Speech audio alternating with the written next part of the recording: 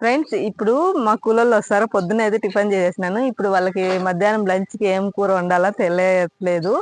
అందుకే తోటలోకి వెళ్తున్నా. అక్కడ ఏమేమి వెజిటబుల్ దొరుకుతాయో రండి పెరుక్కొని వస్తా. మీరు నాతో పాటు రండి.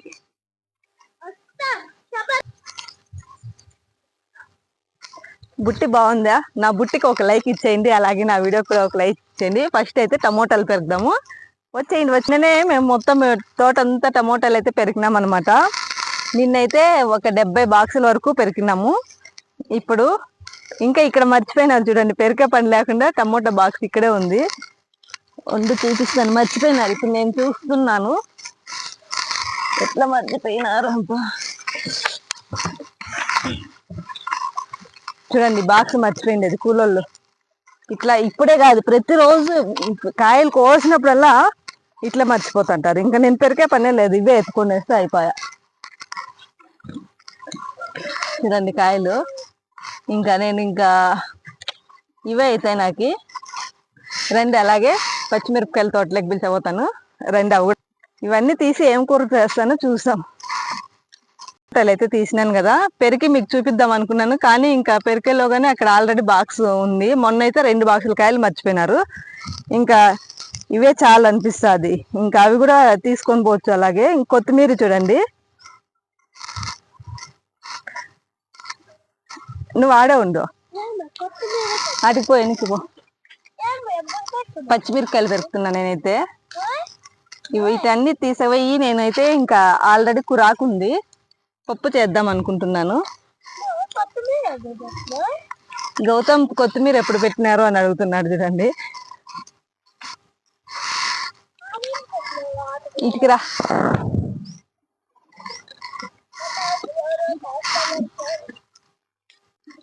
మాకు అయితే డైలీ కూలోళ్ళు ఉంటారు. ఒక తమ్ముడు అయితే నాకు కామెంట్ చేసినాడు, అక్క డైలీ కూలోళ్ళు ఎందుకు ఉంటారు, కూలోళ్ళు ఉండేది ఉంది సరే, భోజనం ఎందుకు మీరే పెడతారు అని అడుగుతున్నారు. మా సైడ్ అయితే మేమే భోజనాలు పెట్టాలి.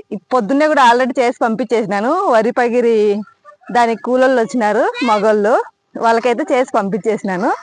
ఇంక ఇప్పుడు వాళ్ళకి చేయాలా, మళ్ళీ ఇక్కడ కలుపు తీస్తున్నారు వేరుశనగ చెట్లకి, వాళ్ళకి చేయాలా. ఇటు వాళ్ళ కోసమే నేనైతే పప్పు చేద్దాం అనుకున్నా. పొద్దున్నే అయితే చేసేసిన పితిపప్పు చారు, అది చాలదనమాట. 10 మంది వరకు ఉన్నారు ఈరోజు. పప్పు చేసాము అనుకుంటున్నాను. ఇంకా కొత్తిమీర పెరుకుదాం ఎక్కడ బాగుంది అనేసి. గౌతమ్ ఏందో మాట్లాడతాడంట చూడండి. కొత్తిమీర చూపించి ఎంత బాగుందో. కొత్తిమీర ఎక్కడ హైట్ గా పెరిగింటే అది పెరికేద్దాం. మొత్తం ఇదంతా కొత్తిమీరే. ఇంకా వంకాయలు కూడా ఉన్నాయి అక్కడక్కడ.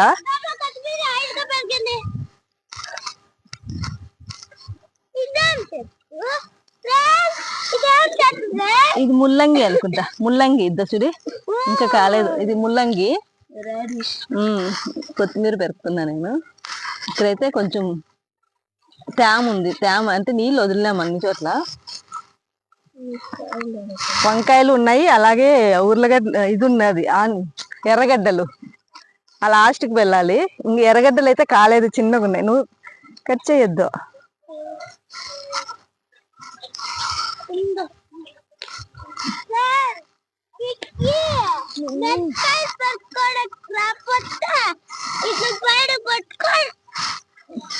చూడండి, నా వీడియోకి అయితే లైక్ చేయండి ఫ్రెండ్స్. అప్పటికప్పుడు ఇలా పెరుక్కొని వెళ్ళి కూర చేసుకొని వండుకొని తింటే ఎంత బాగుంటుందో కదా. నేను కూడా అక్కడైతే బ్యాళ్ళు కుక్కర్లో వేసేసి ఇక్కడ వచ్చి పచ్చిమిరపకాయలు కానీ టమోటాకాయలు కానీ ఏది కావాలో అది అప్పుడప్పుడే పెరుక్కొని పోతాంటాను. కానీ ఎప్పుడు వీడియో చేయలేదు, ఈ రోజు అయితే వీడియో చేస్తున్నాను.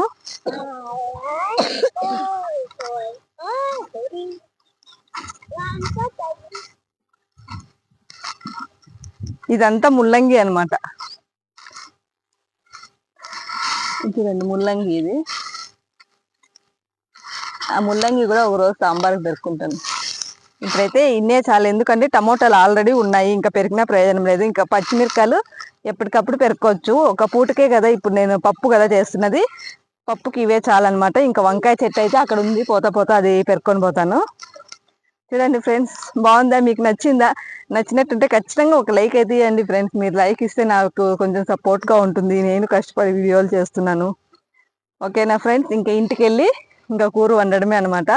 ఓకే, మరి ఈ చిన్న వీడియోకి నేనైతే బాగా ఖచ్చితంగా లైక్ ఇవ్వడం మాత్రం మర్చిపోకండి.